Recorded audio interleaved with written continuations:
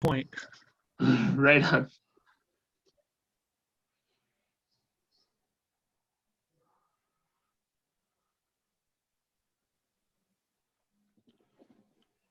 Do you have music playing? Is there music on your end or? No, not me. Okay. You got something? You're picking up something? No. Let me. Uh, here it is.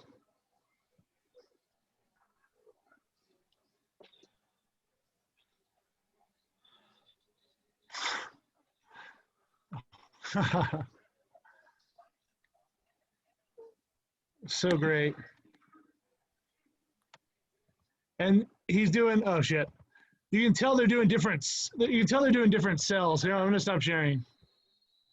Oh, can you guys still see my screen? No. No. Oh, okay, so that's the point. You can tell they're doing different cells, but they're all super basic. And sometimes they're on like grid paper or dot paper. And it's just like this little white outline, this little black line drawing of a kid just kind of walking through this big white space. And it's very, very effective. That's awesome. That's It's a cool thing. Yeah, I love that hand-drawn stuff. Have you guys seen my entire high school sinking into the sea? No. Mm-mm. It's so Dash Shaw is a cartoonist who does like comics that are really great, but he and his wife made this like feature-length animated movie. Like Reggie Watts and Maya Rudolph and Susan Sarandon do some of the voice acting in it.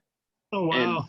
And it's incredible. And Maddie got me as like a Christmas present the DVD, and we were watching the special features last night, and like it turns out it's all analog. Like so it's all hand drawn.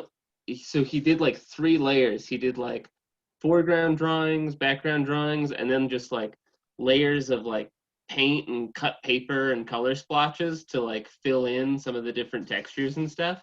That's And then cool. he cut it all. And it's like it's crazy to think that in like 2018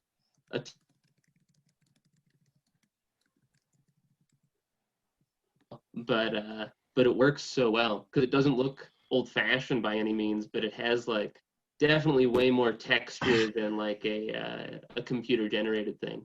And it's such an incredible amount of depth. And it's a lot about, and I think like you can probably appreciate Dustin because you just made this big like 500 drawing monster of an animation.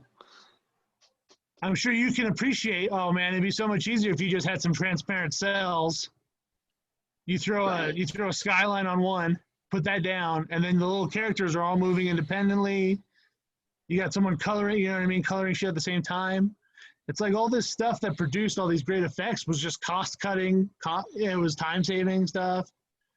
Like there's all that there's that great thing about like why Fred Flintstone had a tie and like why Yogi Bear had a tie. And it's because the entire lower half of his body is static. The only thing that's being animated is his head. Oh, that's great. Yeah. And so that's cool. They needed a way to get a clean line across his neck. So we can give him a fucking tie like Fred Flintstone. And Fred Flintstone's the same way. And so you'll see Fred Flintstone standing in profile, but his head's moving around and doing all this kind of stuff. And it's emoting because it's doing 100% of the emoting. And it's this great effect. And that's something we could do. Like that's something I could do in my house, with a light box. And it would feel like a cartoon because you know what I mean. It would feel cheap, but cartoons are cheap. Yeah, and it's like it's that funny thing that is like as I was working on that the animation I've been working on. Yeah. I keep like trying to read about like shortcuts and stuff, and at a certain point, it's like, oh no, you just have to draw the fucking thing, and that is both like sort of the best and worst news. It's like, oh well, thank God I don't actually need any tools. I can just draw it. But also it's like, Jesus, I just have to draw that thing over and over again.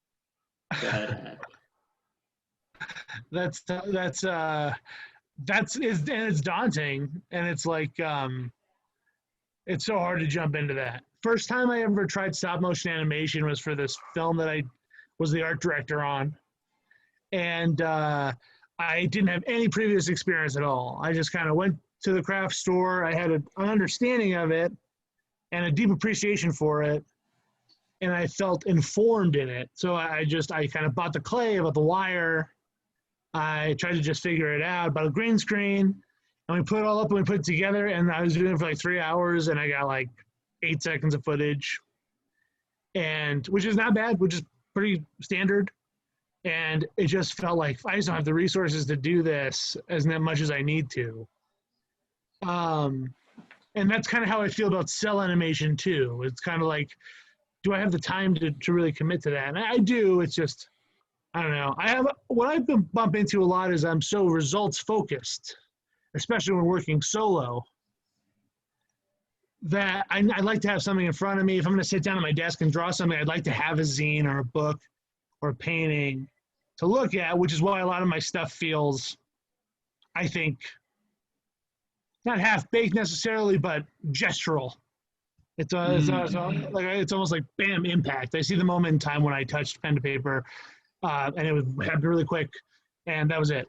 And so, I don't know. That's a hard thing for me, is to find that balance between like investing enough time to get a big product or with lots of bells and whistles, or just kind of produce lots of stuff and then let them all kind of snowball into something along the way. Because lots of little drawings and shit become a zine. Like Dustin, I sent you a zine. Yeah. And I didn't make anything out of that. I really kind of I just go and I just open a notebook and I rip a page out and I stuff it in the envelope, and I'm not really making anything for it. These are kind of just artifacts that I just have in my pockets and in my on my desk, on my work desk, and in my backpacks and shit. This is just stuff that I find, Polaroids and little doodles and like drawings in books or something like that. I wanted to ask you about that. I've got it for all the viewers, and so you can see this, Alex. So you did you tape envelopes together, or are they like glued somehow? They're actually stuck with their own adhesive. Oh my God. So that's great. It's the adhesive that would be used to close the envelope is instead being used to stick them together. And so so that everybody can see. So it's this great thing, and I love you really you added some value. There's $1 on mine. Yeah, I had been playing with that was me playing with I bought a thing of India ink, and I was drawing with a paintbrush. And just something I was trying out because I really liked the effect of it. And so I just drew on that $1. And again, that's just something I had. And I'm not going to spend it anywhere. So I just taped it to the zine. That's great. And then good. I love it because you flip through, and just flipping through it as the envelopes is a lot. But then in each envelope, there's stuff. So yeah, I've got this Polaroid from Moab. Yeah. Nice. And then this one's fun because it's I have scraps of these around my desk, so I have to be careful from collage stuff that this doesn't get mixed in with just my bullshit. But because it's got something really nice, that's a fun drawing. Are you just using marker, or is this watercolor for the color? Man, a couple months ago, I started working in highlighter, and I just kind of haven't stopped. I think it's just there's something about the ease of use that I really like. There's something about the translucent quality of it that I can do a black line drawing and then color it in with highlighter. So if I go outside the lines a little bit, the bones are still there. Yeah. What did you draw it on? That's on envelopes, just privacy envelopes, so they're not transparent. Oh yeah. And that's that's a concept that became a painting, actually. So that was a concept for a painting I had. Nice. And I'll send you guys a picture of the painting. It's in the studio. We have a little studio downstairs. That's not the painting you did for the studio? Which one? Oh, which one? That you painted outside, the like graffiti one? Oh no, that I just put that on a canvas. So that was Oh, like, okay. yeah, and that's yeah, I'm glad I sent you that. And it, even as you're going through that, I can't really remember what I taped in there or what I put in the envelopes. Yeah, it's let's see. So there's like one of my favorites is like a mini zine that like looks like it's you and like a couple other artists. Yeah. The So that's Ghost actually Planet Orbiter. yeah, so that's actually a program for a live show that I was part of monthly called the Ghost Planet in Chicago. It was a variety show, like a midnight variety show that happened once a month. Oh, cool. And I was brought on to make the zine. And Cool. the first month I was there, we did a big fat zine, and we did like we stapled it, and we did 20 pages, 25 pages. It was nice, but it was just too complicated, and so I ended up doing the one pagers, which I've been doing since college, like those little 1-page zines. I think Maddie introduced me to them, actually. And Yeah, she showed me how to make those. Those are so perfect. Yeah, they're excellent. And everyone I introduced that idea to, like their mind is completely blown by it, and the same way it was blown for me. And so I showed this to this crew, and it was perfect. It was just that we can get a bunch of them out. So everyone who showed up to the show got one of these little program zines, and there's probably like 7 or 8 of them out there. That's great, man. Yeah, Nice. that zine format's great for. I think you've helped out make a couple of these, Alex, but it's great because it's just one piece of photo paper, Yeah. one cut, so you can on just one side. Yeah. Yeah, I saw. one I wish side I of the had them print. handy. I'd show them off. Somebody gave me a stack of these that they'd printed, Yeah. where like the reverse was like shit they'd pulled out of like another book and like contracts and stuff. So the reverse Oh, side, cool. Yeah. so like the content page a little bit in a way that was like not super communicable, but really interesting to look at. Yeah, I'm looking for shit around my. That's kind of my work area. I was going to start. So like, this is the process. So I've got a stack of stuff like this, and this is art. And so I just kind of pick and choose from here.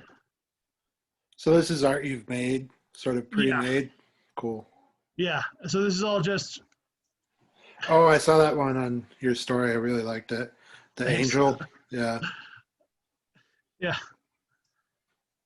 A Council of Bad Men. And then I've just got. And so this stuff just eventually shows up in zines. Like all this stuff's going to get stuffed into zines. Because I. Oh, and then here's an envelope. Here's like a little. Here's kind of my first experiment with the envelope. Actually, is it's just it's a poem. So there's the title. It says, "Could we not do this? It bums me out." And then you open it up, and it's just like a billfold, and it's a poem. And so this was kind of the first time I ever stuck them together and tried to make something like,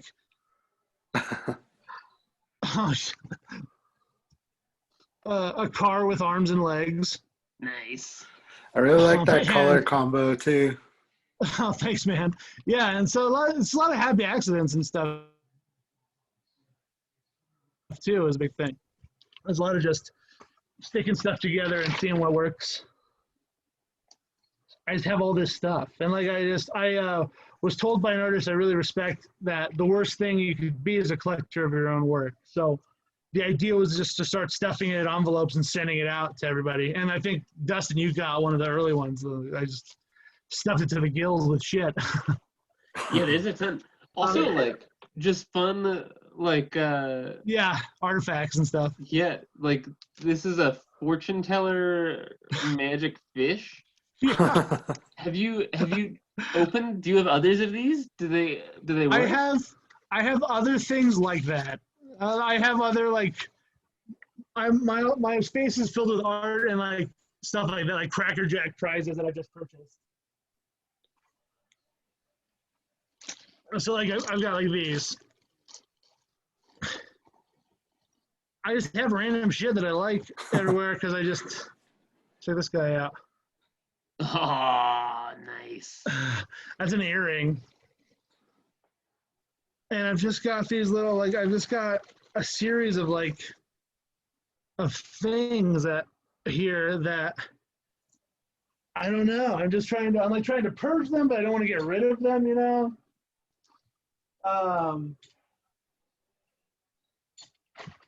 Or I've got like this will probably go in a zine. These are filters for a tobacco pipe.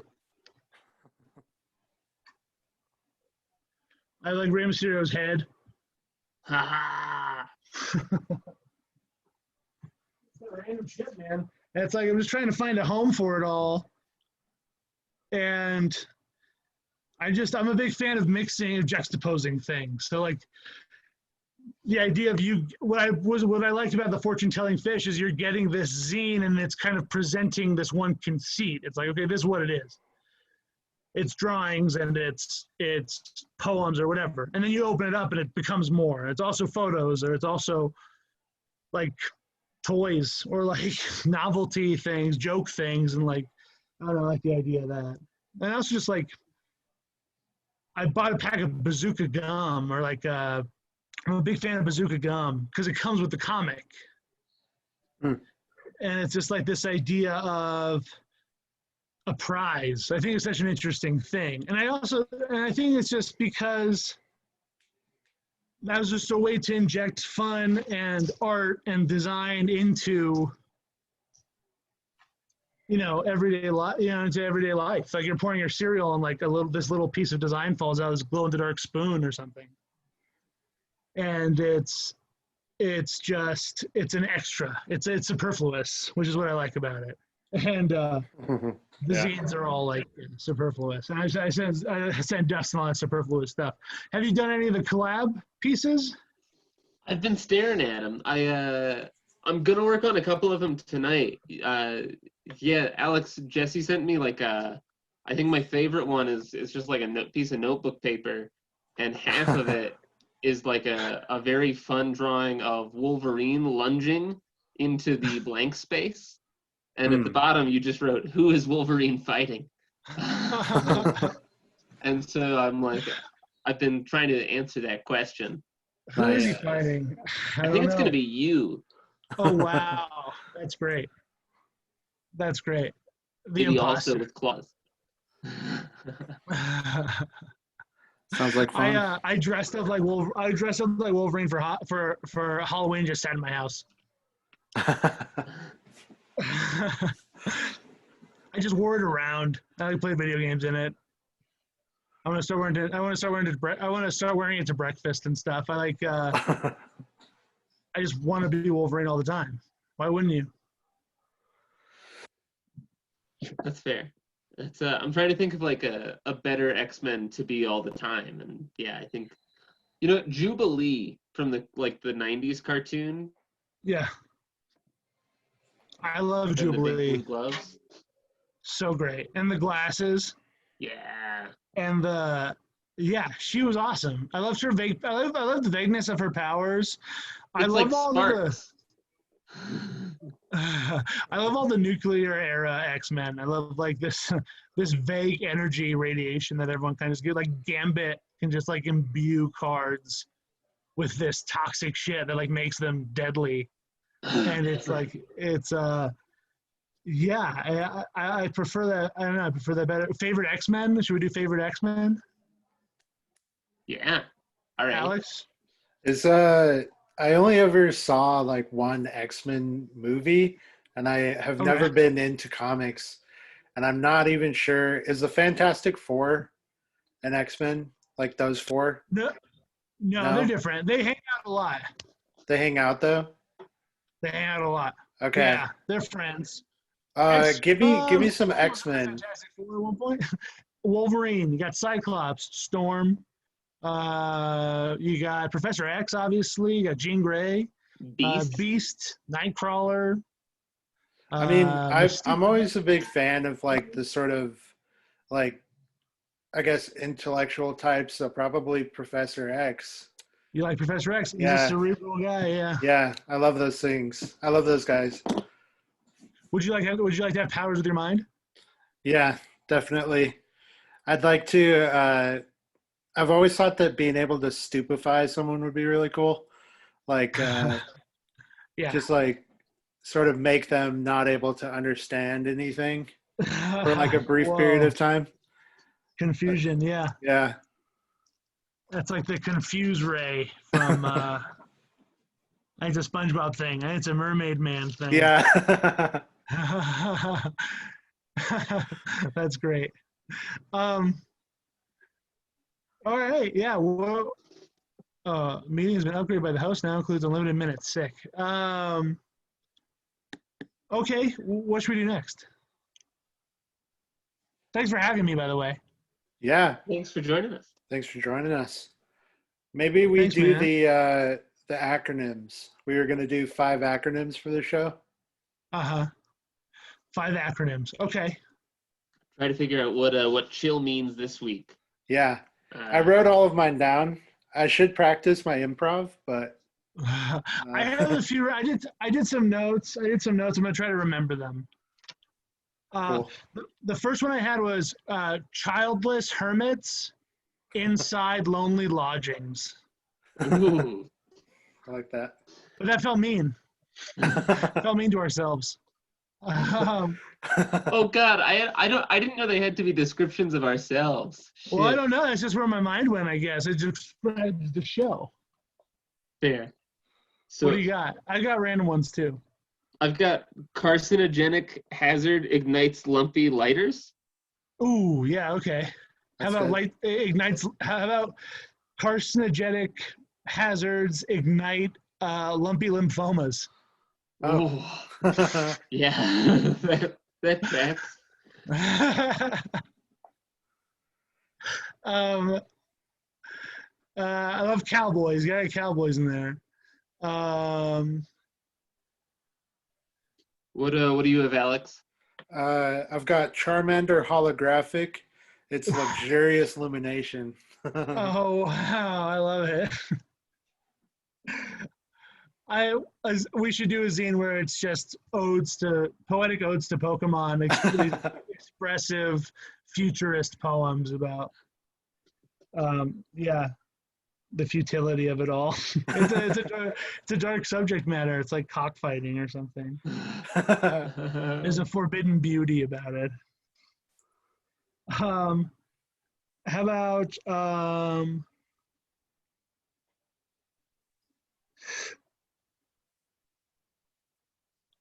cowboys hoarding icicles? Love Lenny.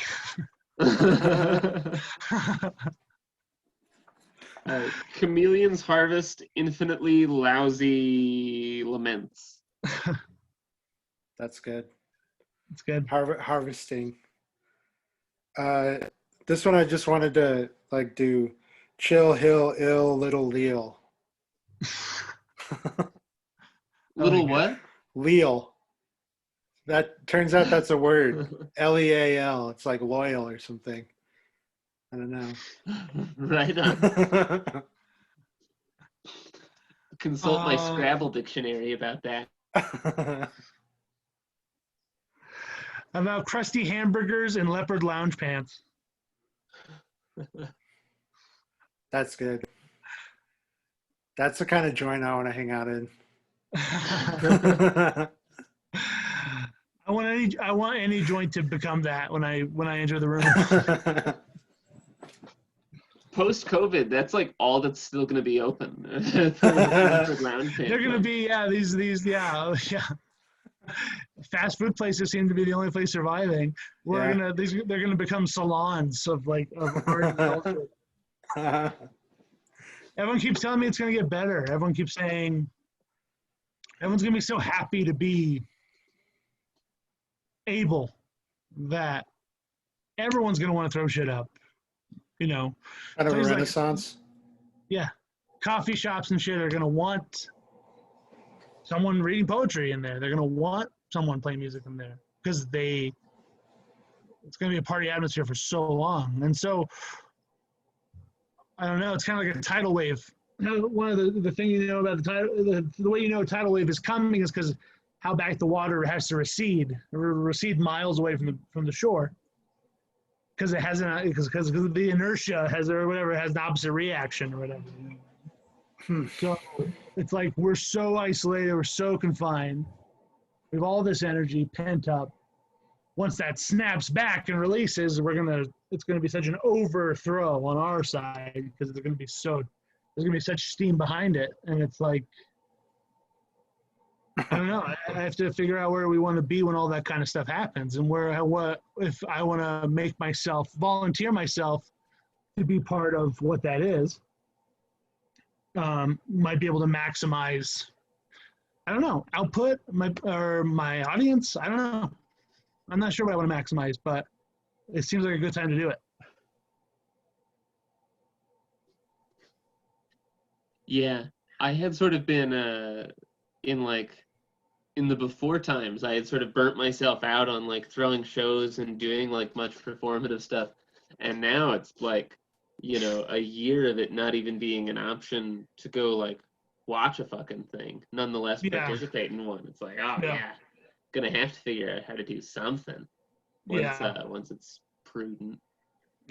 Yeah, and it just felt like I don't think at least for a while, I like to think that I'm not going to pass up on my many opportunities. You know what I mean? I feel like I'm going to maybe, because I was at the same place, kind of burnt out. And I think maybe the way that manifested itself was me turning stuff down, was just being like, I'd rather focus on this. I'd rather do one big thing on my own than 3 little things for somebody else. I was just about to start a monthly show. Like, where? At Still Sellers? Mutiny. Oh, shit. Mutiny. I was going to contact Jim, and I was going to try to do like a monthly show with Bradley and like have sort of a variety thing. So, yeah. But I mean, I completely fizzed out on that. No, I don't think no. It's a far trek for you guys. I heard about it though. Yeah. You're going to move down to Denver? Well, we'll figure it out. Yeah, it's not that bad of a ride for me, but. Oh, right, because you're in like Westminster. Dustin, I feel like I'm never in Fort Collins, man. I mean, I can't even imagine trying to get out there. I'm still in Longmont land, so I'm like not quite as far as Fort Collins, but it may as well be Fort Collins from Denver. One of these days, Maddie and I are like talking about maybe trying to figure out Denver once our lease is up and stuff. That'd be cool. Yeah, both. There's definitely an appeal of like being closer to like where things are. Yeah. People are. Were you guys living on Broadway? Or were you guys living off Broadway for a little while? Maddie was. I was still in Longmont. Oh, okay, got it. But she was living on Broadway and Alameda, so like right by that, like illegal feats and stuff. Yeah. Sweet. Good spot. Yeah, it was nice. Like she was like 10 minutes from Mutiny and like Fireside Books or Fahrenheit Books. Yeah. So good. Yeah. I want to start a lodge. Like a secret society of artists. Yeah. Like you have to pay $20 a week every week, and it's like it goes to the till, and we use that to like put on shows and and there's like secret handshakes and initiation rituals. Can we do that? Yeah, I think at some point our only option is going to be to have our own space, because I feel like the Lodge. Yeah, Elks Lodge. Yeah. What could it be, like Blizzard's Lodge? Nah, I don't know. Moose? Is that a thing already? Is a Moose Lodge a thing? We need a manifesto. I think you need a manifesto or something first. Then you derive your title from somewhere within the content of that manifesto. You have to start with the idea. See, I'm more of a name first and then justify the ideas later kind of guy. You I know? wouldn't know. I wouldn't have known that about you. But yeah, it's all making sense now. I was gonna ask how you decide on Munchausen, but it's probably just the word that visually looks best on a piece of paper. Sorry, my internet cut out. What was that? I was gonna ask how you decided to adapt Munchausen. Oh man, I just love Munchausen so much. Like that Gilliam movie was like the first movie that like I remember making me cry when I was like little, and I've just like it's always puts me in such a good mood. And then like the book that's based off of, like the original like Munchausen stories are just bizarre and silly. And then I found out it was in the public domain, and it felt like a really good kind of perpetual story machine. Yeah, it's a great comic. I have it right here. Original stories. I have it here. I was like halfway through reading your comic, probably less than that, when I realized this whole time watching your process on Instagram, I was confusing Munchausen with Barry Lyndon.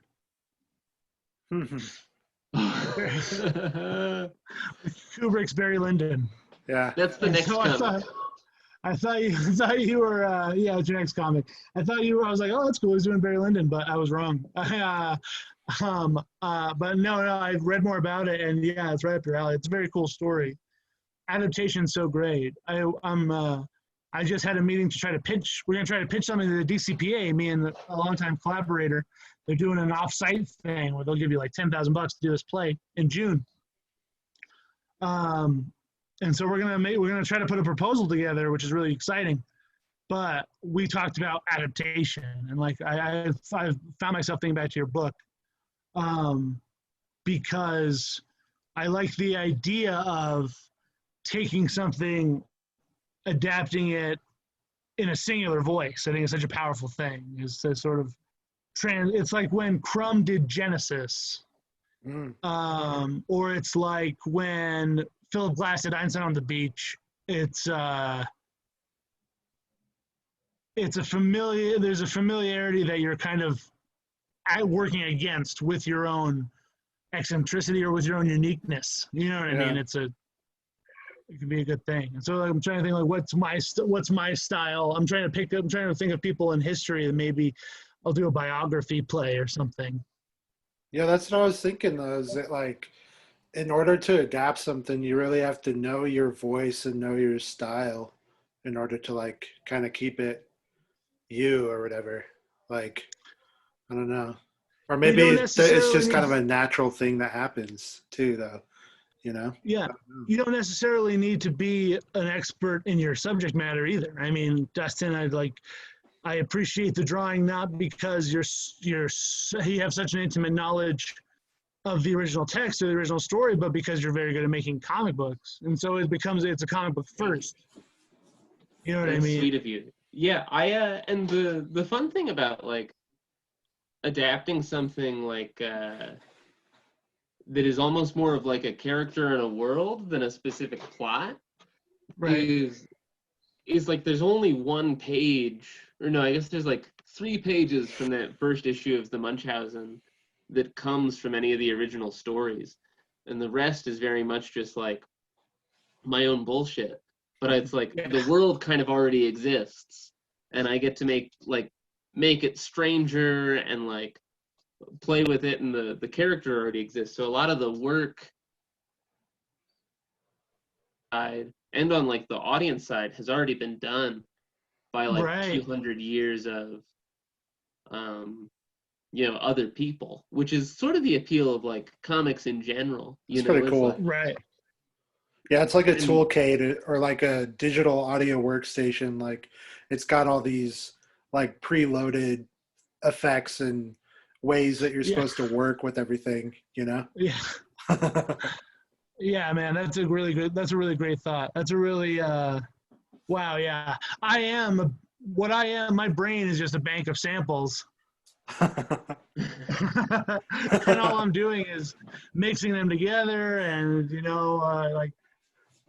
I like wrestling, or I like Willem de Kooning, or I like Hot Wheels, or I like cereal, or I like Pee Wee's Playhouse, and I like uh, video games. I like basketball, and then you just kind of slap them all together, and they just become an expression of that identity, of that mix.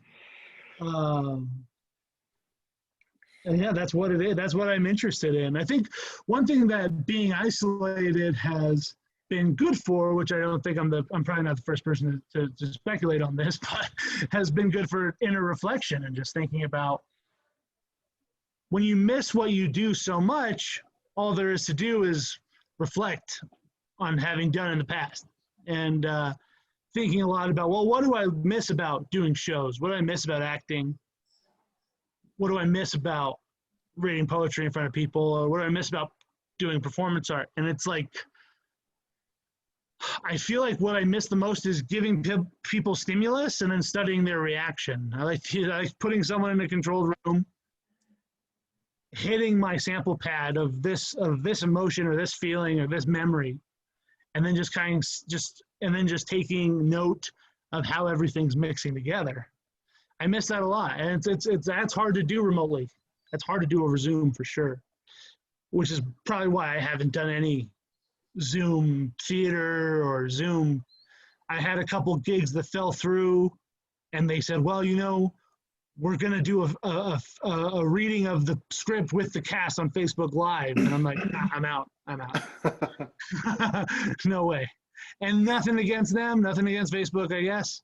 Nothing against the play, certainly. Nothing against the audience, but it's just not, it's okay. It's all right. It can't happen. That's why it's hurt. That's why it hurts. Because what we want to do, we can't do. And do you guys find yourself watching any of the like live stream stuff people do? No. No. I don't. Yeah, unfortunately not. I had that's not entirely true. I've seen some stuff, but it's been I've supported friends, and I was happy to do that. But yeah, I had not approached it as an audience member. I've gone to in-person things that are super COVID safe. So I just went to an art installation where it was like me and my date, and we just went in by ourselves. That's cool. And it was just us, and it wasn't. It felt COVID. It felt COVID-y. But I find myself more drawn to something like that than the Zoom thing. And I think it's just because I don't want to. Maybe it's because I don't want to accept certain aspects of the reality that I'm in. Maybe. Yeah. Have you guys done any Zoom things? Sorry? Have you guys done any Zoom things? I know I was unavailable when you were reading with Bobby. Didn't you do a reading with Bobby Fuller? Yeah, or Bobby Lefebvre.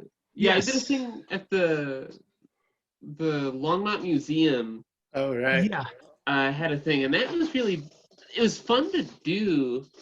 I don't know how it was to watch, but it was fun because it was in the Longmont Museum's auditorium. And the only people there were like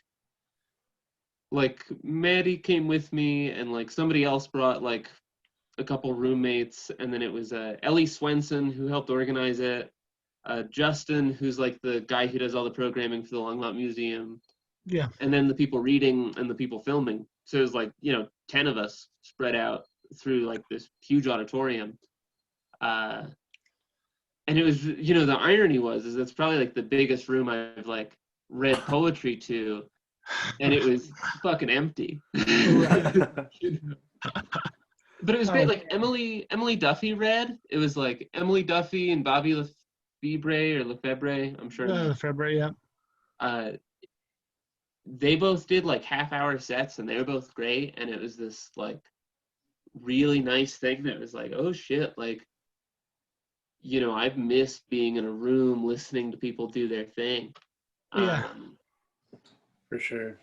And and I love the live quality of it. So I thought like I was hoping that was gonna like change my mind about like because I haven't been watching live streams, and I was like, oh, maybe the fact that it's live Yeah. will make the stream. But it's when I sit down to like watch something or listen to something on my computer, Yeah.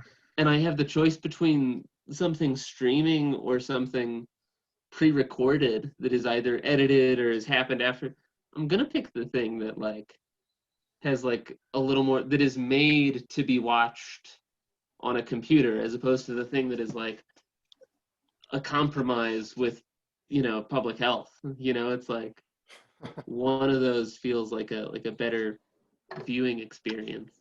And there's just other things to engage with that you can get 100% of the experience of. Yeah. And it's like, maybe that's the art we should be making, which is why I filmed a video. So I took a performance piece that traditionally I would do live, that I conceived to do live, and I made a film of it. And so that's coming out. And it's like, it wasn't a conscious decision necessarily to say, I'm not going to perform, I'm going to do film instead. It was just me engaging in a medium where I could create it fully instead of looking at a blank sheet of paper and then cutting myself off to a bunch of stuff. Which is what's hard about a DCPA proposition for 6 months from now, because 6 months from now, I mean, how many people are getting the vaccine a day? I got to imagine it's going to look different. So it's hard for me to create for that space and time when I'm so stuck in this one. So consciously and aware of how stuck I am. Yeah, like in my mind, it's going to be another year at least before we're back to anything. I'm going to say, I think knowing myself, and I'm saying this without putting any sort of judgment on it, I'm probably going to be one of the guys who you guys are going to open up your shit or Instagram or whatever. Anybody, is Jesse doing something already? It seems early. Yeah. Is he doing? Okay. All right, I guess. Probably not going to go to that. Pretty bad out there. But yeah, I'm just so I just feel like I'm going nuts, man. It's tough. Yeah. And you guys, I've performed with both of you. It's hard enough to do what I do when I'm doing it. Trying to translate it to fucking paper or something, or paper or digital format sounds fucking impossible. Because I feel like what I miss, one of the things I miss, and one of the things I've learned about myself during this is I like kind of being antagonistic to an audience. I like the idea of kind of challenging why they're there, or what they're perceiving about me, or what they're assuming about what I'm doing. I'm not in a hostile way, but in a very real way, because it's just in a conversation starting way. You know what I mean? I like the easiest way to get a response, I think, from someone immediately is to challenge them on something. And that's kind of what I like to do. And that's really hard to do over Zoom. I did one Zoom reading for the Arbor Institute in Boulder. And I did a puppet show. So it was like everyone was reading poetry, and then I read a poem, and then for my second piece, I got up and I dropped down like the silver curtain, and then above I had like a paper bird marionette kind of thing that would drop into frame. And that was fun, but even that is like feels zoomy. You know what I mean? It just kind of feels like you're watching art through a security camera or something. It's very weird. It's like it's very cold. So cold. You have to be in like an experimental mindset to enjoy anything on Zoom. Well, Forrest, we all know Forrest. We're all friends with Forrest. Longtime collaborator of mine. He went to a show at Glitter City. He went to a socially distanced show, like a noise show or something, or LibraFest. I was like, fuck, well, yeah, maybe we should just do it. And it's like I'll probably end up doing something like that before I do Zoom. Like keeping the doors open, let's do it in the afternoon and just hope it's okay. I can see myself doing that more than trying to get like a Zoom thing together. But Glitterfest is where, Alex, that's where we did the Swamp Show. Yeah, I remember. It was great. And That place was fun. I was just talking about that the other day, and they had nice things to say about your set. And I remember that set really fondly also. Yeah, thanks. That was a lot of fun. I miss that shit too, because it's like, what I love about doing those sets is they're like half like prepared but half improvised, and like the improvised is like sort of feeding off the energy of the room, you know? And it's like, how the fuck are you supposed to do that with like when it's just like in your own bubble and you're like projecting to an audience and it's not like people there and like yeah. That was the first time I treated it like a rock show. I treated it like a music show where I just had my set and I was okay with doing all the setup in front of everybody, you know, while they were drinking and partying and shit and asking me questions. And and that was something I enjoyed so much. I think that's probably where I'm going to go after all this is over. I'm probably going to keep it that way. Yeah. Keep it like a band. Because with Dustin at this show, me and Forrest, we did a set as Dreamboat, and it was like synth and spoken word stuff. But we treated it like music. We had a set list out, and it was a lot cleaner, and it was just a lot. It was a lot easier to call things on the fly, I guess, Alex is like a good point. It was just easier to not worry so much about everything going kind of just so. Yeah. And I think that's what it's going to have to be, because I think that's going to be the version of what I like to do that's the most adaptable. That's what I was really wanting to, like, before the pandemic is that kind of energy where it's a show where you're setting up and it's kind of just a band, and then when you're done, you're like talking to everyone, and it's like that got kind of. I want people to be more. I want. What I like about a music show is that there's a potential for an audience member to be more interested and more invested in a stranger who's also in the audience than they are in what's happening on stage, because you're creating the environment for that to happen. So if someone's more interested in like hooking up with someone they're dancing with, yeah, they're there to see a piece of art that I'm making, that's cool with me, because that's, you know what I mean, that's an alive moment. Those are the moments that I think really matter for an audience, is the stuff that they're experiencing for and sure, the stuff that they're associating with your show. Yeah, it's not all about you. You can't do that with theater, because everyone's, God forbid, I mean, God forbid, I've done theater before, everyone's in a fucking suit and they're sitting in a wooden chair. And they're kind of, you know, they're really excited to be there first, and then they spend the whole middle part wishing it was over, and then at the end they're really happy they came. And it's like it's hard. It's a hard position to be in as an artist, man. It's really restricting. What I liked about your set at the Swamp Show was that I felt it was such a great adaptation of what you and Dustin, what you guys both did at the C.H.I.L.L show, the album release. Yeah. It was such because it had the elements. And again, what you did was you were able to boil it down to what really worked about it. Yeah.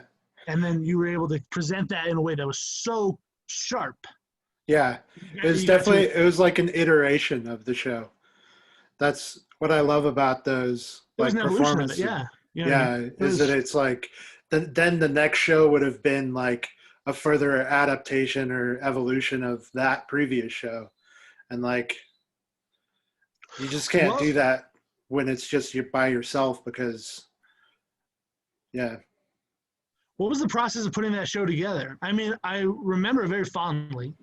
I remember you guys did the Dylan thing, the Subterranean Homesick Blues thing with the cards.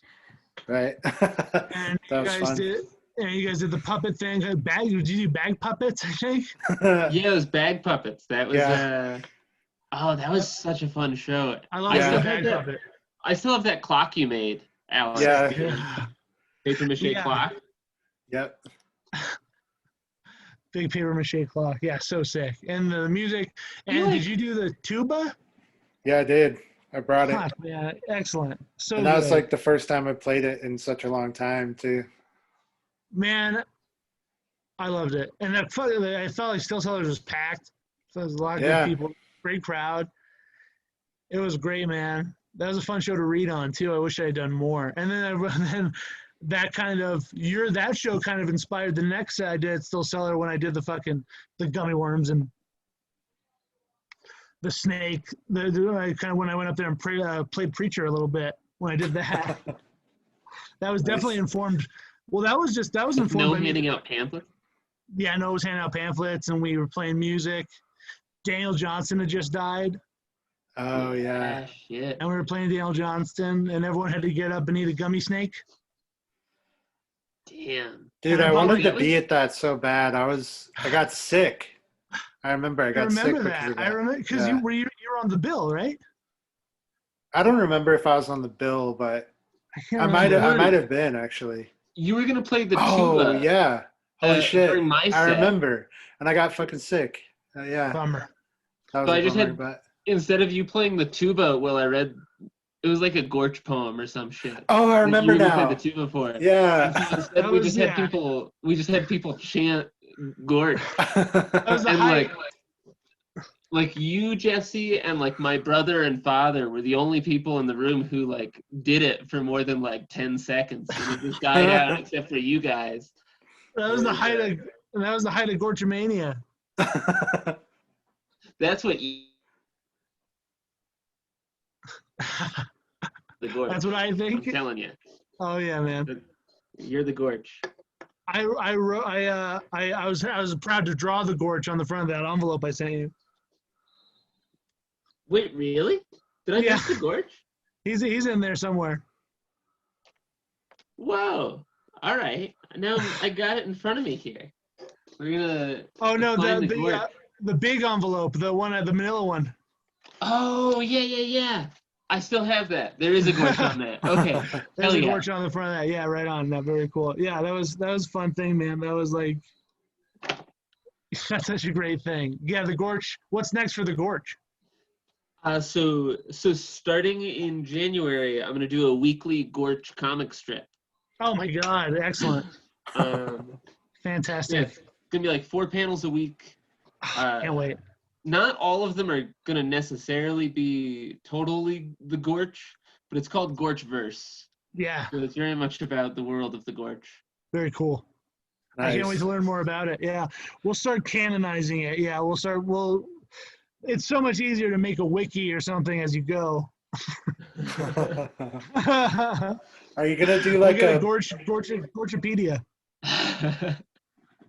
Are you gonna do like a compilation at the end? You gotta. That'd be cool.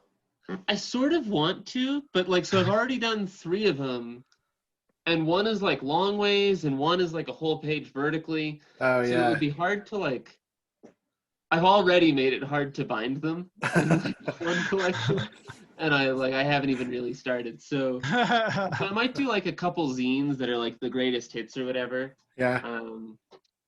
I think there's gonna be the Gorch is definitely gonna make an appearance in Munchausen this year. I don't know. I'm kind of thinking there's gonna be a whole issue, a 32-page issue that is mostly the Gorch in a Munchausen. Sweet. Crossover event. Is the Gorch and the horse related in any way? Munchausen's horse? What? Is the Gorch and the horse related in any way? Spiritually. Yeah. Here's the first. This might be the first Munchausen fan theory. That they're from the same subclass of family. The horse is a shapeshifted Gorch. Yeah. They're from the same species. Yeah, I think, or maybe, because we've seen the Gorch in the, because the animation that I did is sort of the birth of Whistle. Whistle the horse. Oh, wow. Yeah, that's great. And so we'll see if maybe there might be a couple inadvertently Gorchy moments in He the should be born a animation. regular. He should be born a regular horse, and then he can just get he gets gorchified at some point. The gorchification. The gorchification of Whistle. So, Birds of prey. The fantabulous gorfication of Whistle the horse.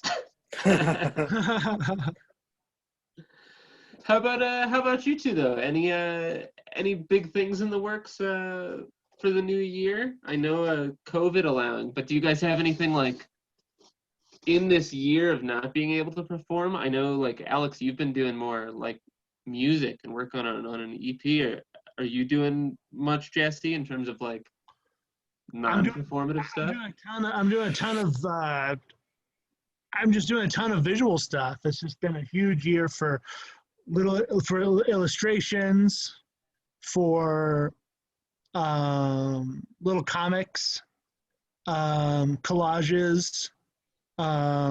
Huge year for that. So I think the next step is just going to be on. I've just spent a year manufacturing, and now I'm going to try to shift to distribution. And whether that's, I'm thinking that's probably going to be a digital newsletter, because right now I'm in a position where, yeah, if I've got pounds of stuff like this and pounds of stuff like this, I could slap together a newsletter and, like, you know, in an evening.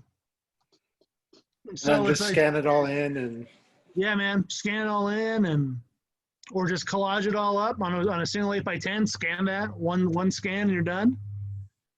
And just start getting those out. So again, it's just my big thing is just I just need to try to distribute stuff. So, just getting stuff out there. So that's my big thing. I think Patreon might help with that.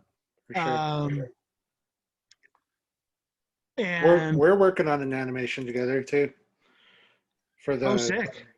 For the music, yeah, of right? Course. Yeah, of course. And yeah, that's gonna go out, and yeah, that's gonna be like by the time that comes out, I want that to be, you know, I want to be able to point people to something, whether that's a website or a Patreon or something. Cool. Just so I can start getting shit out of my house and like off my desk, make room for more. So that's the big thing. I want to stop collecting my art. I just want to start getting out there and not being, you know, you always get worried stuff's gonna end up in the trash or something, but let that shit go. How about you, Alex? Just continuing to work on the EP. I bought a beat from my friend Logan, so I'll probably try to add some lyrics to that. I'm also thinking about starting like another EP that is just more of like these little short like riffs, and kind of like yelling and screaming, like trying to figure out that kind of aspect of my performance, and maybe then doing another EP of like ambient shit. Like I just want to do like these short like 10-12 minute EPs that explore like one sort of sound idea, you know what I mean? Like maybe one EP is just one 12-minute long ambient song or something, and like do one that's like 12 1-minute songs of like just really short, fast, like punk sort of songs. And I got to figure out how to make beats. I have no idea how to make beats. So I'm going to try to figure out how to do that too. But have any software? Yeah, I've got Ableton. So, I mean, that's all you need, really. That's all you need. That's all you need. Yeah, for real. That's cool. Yeah. That's awesome. Yeah. Right on. Yeah, I'm excited. I'm excited at the idea of getting new music from you for sure, and especially if you're a big John Cage guy too. I know. Yeah. I think John Cage is a great example of. It's so much more interesting when you break the rules when it comes to stuff like music. You know what I mean? It's just like there's no real limits at all. And I think the idea, do a fucking 12-minute do a 12-minute ambient fucking EP. That sounds fucking great. Yeah. Just put it out, man. Because someone's gonna dig it, and just get it out there. Yeah, for sure. Yeah, there's so much music now that like you would never think would have the success that it does. Like Mm-hmm. someone like 100 Gex, has this huge sort of really loyal sort of fan base, and their music is just this like sort of hyper pop or like absurd. Like there's stuff of like death metal and noise music and like Machine Girl. I saw you put Machine Girl on the playlist. I fucking love They've got Machine that Girl. same kind of energy, Yeah, yeah. Where it's That's just a great like, song. yeah. I totally respect that. Yeah, 100 Soul Gex has Pusher? been a huge influence. 100 Gex has been a huge influence for me too. I think the same, because they've kind of just been the soundtrack to all this individual stuff that I'm working on. I just listen to them a lot, and so it's a different energy. I think it's great. And it gets you pumped up. It's a good thing. It's an important thing.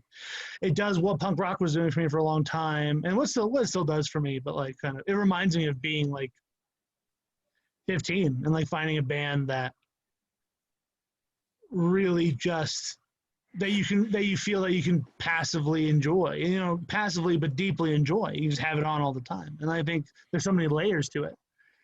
Yeah, they're great. They're great. Have you heard their episode of Song Exploder? Nah, I gotta check that out.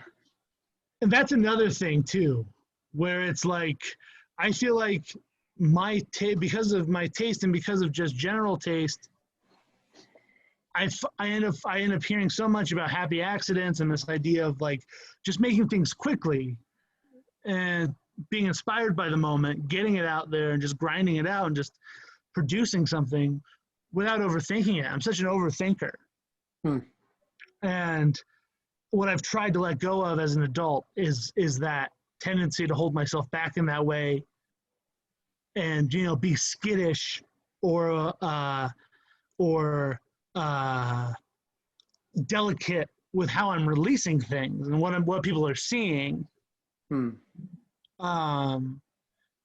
you think that has anything to do with like production?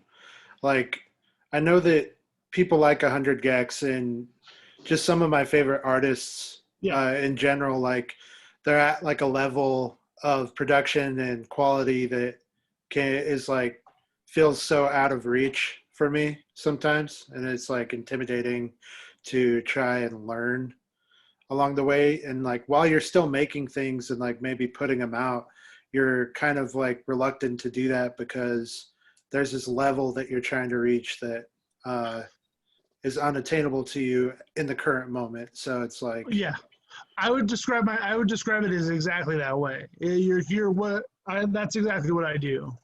I compare my process to someone's final product. And I compare my first draft to someone else's final product. And that's just, I try not to be hard. I'm trying not to be as harsh in the way that I speak to myself, but it's kind of a lazy thing. I think it's a lack of discipline kind of thing. It's this idea of not wanting to put in the work or having that kind of gut, that reflex of like, that sounds hard. Or that sounds too much. Fair enough. Yeah. It's okay if it's hard. And it's honestly, it's not that hard because I'm getting to a point in my life where, I've been producing shows. I put on my first, I'm getting to a part of my life where I put up my first original play like 10 years ago. And I've been doing it for 10 years since. And I have 10 years worth of work and experience behind me. And things are just coming out easier. I think art is the practice of communicating an internal feeling externally. And with practice, you just get better at that. And so things feeling easier is a normal part of that. And so it's like I start doing things I'll put a zine together in a night and I'll keep thinking, well, maybe this zine isn't good enough because I worked on it so quickly. But it's man, you've been drawing the same fucking shit for like 20 years, man, and you're getting good at it. That's okay. And you're working faster. But the thing is, you got to do it in order to get better. And it's just one of those things where like, I just like Dustin, all that stuff that you have in that zine, I've been sitting on some of it for a very long time. I think the oldest thing in that zine is probably, a couple of years old. And for whatever reason, I haven't released it. I haven't scanned it and posted it on Instagram. I haven't put it on a t-shirt. I haven't put it on a mug. I don't know why. But I think it's holding me back from doing those things to not get the shit out of here. Because, then you just have, you don't want your art. I don't want something that I created because I was very happy to become something that I have to deal with. I just kind of want to get out of my face and work on the next thing. So I'm just starting to sign shit and put it in the mail. So I think the equivalent of that is just putting shit on SoundCloud. Just try it. And you know what I mean? And hey, maybe the production's not where you want it to be, but you're going to learn from that. You're going to get feedback. You're going to see what people like or what people respond to. You're going to be able to archive everything and look back in 6 months, 8 months, a year, and say, oh man, I really learned from that. For sure. And you're not going to be able to do that if it remains a file on your computer. You're only going to get to do that once it's birthed. Then that's the only way you're going to be able to observe it and learn from it, is when it's done. Yeah, it's like that classic saying, perfect is the enemy of good enough, right? Dude. Mhm. Yeah. What I like about our art, specifically this group, and I've expressed this, I think, to both of you individually, but I think, like, if I was ever part of a school or part of a movement, it's probably the little scene that we've kind of scrapped together from Denver, Boulder, and Longmont, and it's been these little shows. And if I've been part of something that made enough noise for people to pay attention to, it's probably, you know what I mean? What I like about us, our art, what I think unites us, is that no one's really asking for it because it's new. It's new. Yeah. No one's asking for the gorge because no one knows the gorge exists. We have to tell them. You know what I mean? Yeah. We got to tell people that. They find out. There's a mystery. I think people want the gorge a little bit now because they don't know much about the gorge. Exactly. They got to know what the gorge is before they can fucking clamor for more, man. I had no idea what the gorge was, and I'm waiting with bated breath to see where he goes and what happens next. And hey, man, you gotta get people waiting for your next thing. And the only way they're gonna do that is if they know something from you already. And so it's like, it's an investment in yourself. It's an investment in your progress to just let it go. And if it's not perfect, that's why acting's so great for me, is because there's not shit I can do about it if I'm doing a bad job. If I'm working on a poem and it's not working, I can just crumble that shit up and throw it away. If I'm working on a painting, fuck it, rip it up, cut a piece out of it, put it on a collage or whatever. But when you're acting and when you're in the moment, you gotta try to save it. And if you say something or you forget a line or you fuck up, or more specifically, if you're just not feeling it, if you feel yourself lying, you have to just try to correct it. And so it's like, because it's so immediate. So it's like, that's what's good about Patreon. I think that's good about saying stuff. It just gives you, about producing stuff and getting shit out there. It gives you the opportunity to learn and to correct it. And for me, it kind of lights a fire under my ass of like, that painting I just posted or that thing I just sent out or that zine I just sent out, I was not super proud of it. I got to get the next thing out right away. I got to make a correction maneuver. You know what I mean? I got to do what I meant to do. And that's what's helped. But I get it, man. And it's easier said than done. And it's, no one's going to say, put those stickers out today or put those beats out today. And no one's going to say, hey, make sure you make Dave. That doodle you made at work was pretty good. You should probably make a painting out of it. No one says that for you. You got to say it to yourself. And that's hard. It's the hardest fucking thing in the world. It's like impossible. And like So you guys both mentioned. Yeah, go ahead. Well, you two both mentioned that you feel like you overthink things a lot, which is interesting to me because, like, a thing I like about both of your guys' work, and you touched on this a little bit, Jesse, and a thing I think we all relate to each other a little bit, is the some of the work, especially like the visual stuff we both do, but I think even the writing and the performance stuff that you guys specifically do, there's like a loose and like sort of a spontaneous and like a vibe to it that feels, you know, it's not sloppy by any means, but it feels like it's organic. You know, it doesn't feel like everything you guys do has a plan necessarily before you start. You kind of like let it grow.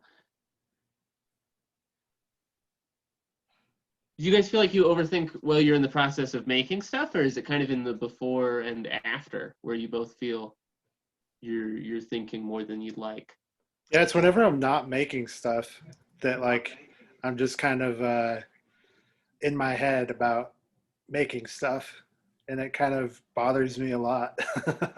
You know what I mean? Yeah. Yeah.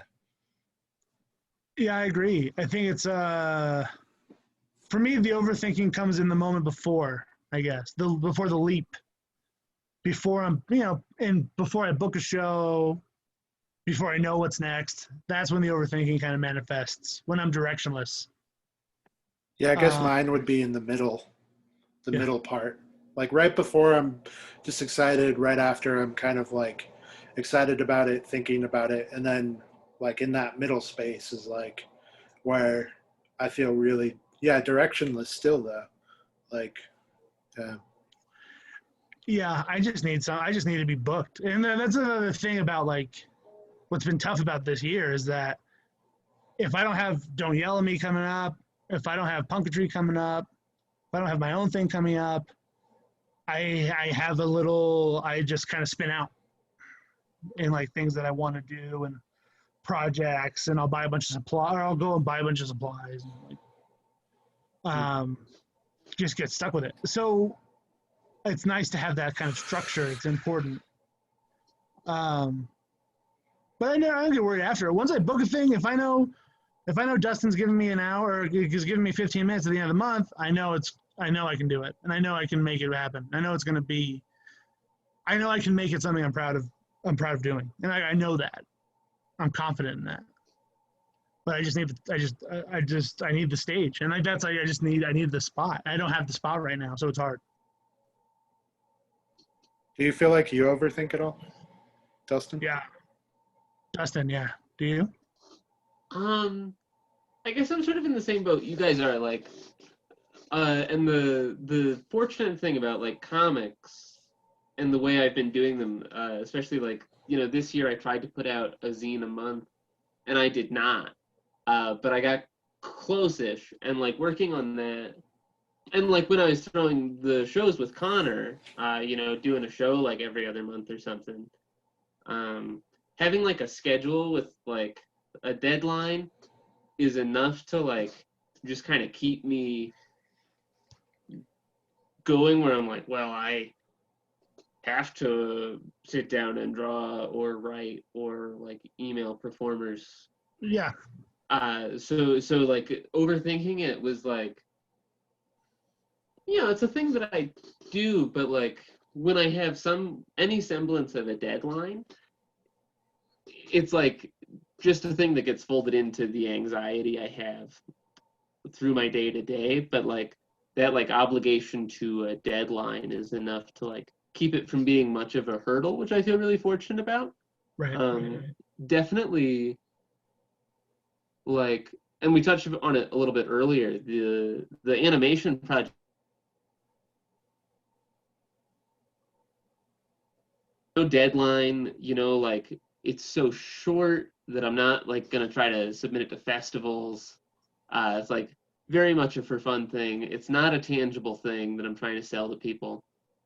And it's wonderful to have you collaborating on some music with it, Alex. And it's exciting. Like Maddie and I are gonna like paint everything now, so sell it something. But are you painting it digitally, or are you painting every frame and then redoing the photo process? yeah, so we're gonna. Man, I'm an idiot. So they're all 8.5 by 11 every frame. Huge. And Huge. we're gonna watercolor it all. Yeah. and then scan it again. So the first round of scans was like I watched Johnny Mnemonic, a couple episodes of Star Trek, and then some terrible Bruce Willis movie. And then I was done with the scans. So probably have to find some more awful Bruce Willis movies. There's got to be something. Let's That's been weird. I've been overthinking that process a lot because it's like there's no rush, and that's daunting. Yeah. That watercolor is gonna look cool though. Oh my God. Thank you. Yeah. I love watercolor too, and I think I just say that thing, but that was me kind of experimenting with watercolor. Isn't that zine I sent you, and it's great. And it was always something. That's another thing that I was kind of intimidated about for a long time, because it felt at odds with. It just felt like long. It just felt like too much of a process. I don't think I had a deft enough hand, but I'm kind of learning, and it's been a lot better. But I really like it. It's such a great effect. And they're like, I don't know. I really like watercolor paints just because like they're cheaper and faster. Yes. Than the other paints, but Yeah. it still looks painted. You can still have like, you can say this is a painting, but you can do it on printer paper. The most recent envelope zine I did with all crayon. And that's a cool effect, man. That's like, that's an interesting thing. It looks insane. It's just, there's something almost unpleasant about it. I think it kind of conjures images of mental institutions. I think of One Flew Over the Cuckoo's Nest when I think of like a grown man like making crayon drawing. But that's what I like about it, and it's been fun. But yeah, material, man, I feel like I'm just really good at fucking cheap materials, man. I just like the cheaper the better, and I love making it work and cracking it, and like you know what I mean, and like figuring out a way to do something economically is so rewarding. Cause Alex, you still mostly draw with like Sharpie, right? Yeah, Sharpie and old markers that are like around the house. I've been wanting to get more into like mixed media, like doing watercolor, acrylic painting, you know, what are those like oil markers, chalk, you know what I mean? Like I want to try to get all of that going together to make something really nice, but yeah. You guys ever play with oil sticks? Yeah. Yeah. No. What's an oil stick? It's a piece of solid pigment. The idea is that you slice a little chunk off, and then you mix it with some sort of paint thinner, and then it becomes paint. But Basquiat was the first person I learned of who kind of just used it like a marker, or he kind of just rips the edge off of it. And again, it's like economic, like it's a cheap thing, and that's how he did graffiti and stuff with it. Yeah, that's dope. Do you? And it's yeah. Oh, go ahead. Let's start grabbing stuff. I'm going to share my screen again. Hell yeah. Yeah, check this out. I hope any of this is usable. By the way. Oh. Like these? Yeah. I really want to use some of these. Oil pastels are sick. Yeah, Hobleen. This is a really nice set. Mm-hmm. Like, it's just like some really nice, really good colors. Nice. That's awesome. Plus, it just smells that nice. Brand? Hobleen. Like Hobleen. Holbein, I think. Holbein. Right on. Cool. All right, I'm going to my Facebook for just a sec. I got my brother linked me a wrestling match I want to show you guys. Maybe we should get started there. Yeah. So here's something. Oh, you know what? I'm going to stop sharing and get signed in. Here, it'll be a little more official this way. I hope any of this is usable, by the way. I'm not sure podcast-wise what you guys are thinking right now, but hopefully it's not. Hopefully, you're not worried about it. Yeah, last time we just like uploaded the whole thing, so like it'll be fine. I should probably learn how to edit a little bit just If anybody watching this, yeah, if anybody watching this is like, you guys really need to edit these, please let us know, because otherwise I'm fine with just it being a chunk. Yeah. Yeah. Find a chunk. But I think it's interesting to find a chunk in the middle. You know what I mean? Just give him an hour somewhere out of the middle, and maybe it doesn't. Yeah, it would be interesting to some stuff taken out of context, and yeah. All right, here, let's do this. That's fair. All right, let's do this. Okay, so you guys asked what inspired me, really, and this is something that's inspired me this year. This is probably certainly it's from last year. But it's definitely my favorite wrestling match I watched for the first time in quarantine. I watched a lot of wrestling in quarantine.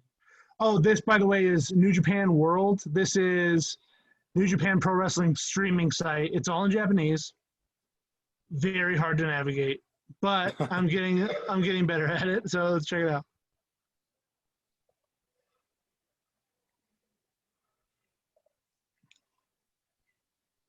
Is that Dean Ambrose? Yeah, that's Dean Ambrose. He goes by John Moxley now. But he's Dean Ambrose. I think I think it's got to stay. I think this is I don't know if they. Well, they're not going to be able to hear it either.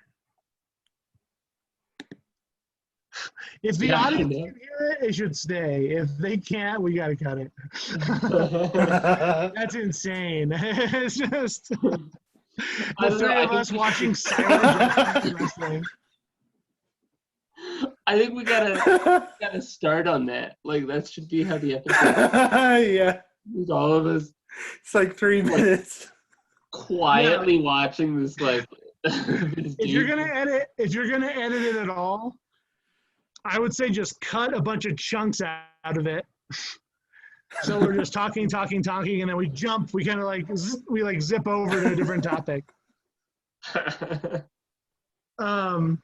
But that's a big thing for me is Japanese wrestling in general, and not only because of the novelty of it. I think a lot of people maybe get into it because it's a novel thing, and certainly there's a lot of that I enjoy, the kitschiness of it.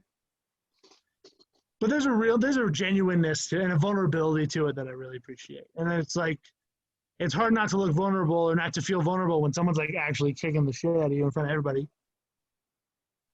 But it's just something I'm interested in as a storyteller for sure. And so we'll do it. So it's gonna happen soon. Whether that's me and Noah putting together a match to put in the middle of some art show, or finding a promotion that's like, and signing a waiver that says I won't sue them if I fucking die, and then just putting me on a card to get beat up and pinned by some other guy. It sounds good to me too. So we'll see what happens. But I'm excited to explore that part of things for sure. What appeals to me about it is the sort of character development, like becoming your character so like embodied. You know what I mean? Like you have to stay in it through all of that physicality as well. And like you're making decisions in the moment, like based off of like who your character is as a person. Like if they would, play dirty or, that kind of thing, which is pretty cool. And that's what's so rich about it is because there's also the element of weekly episodic television.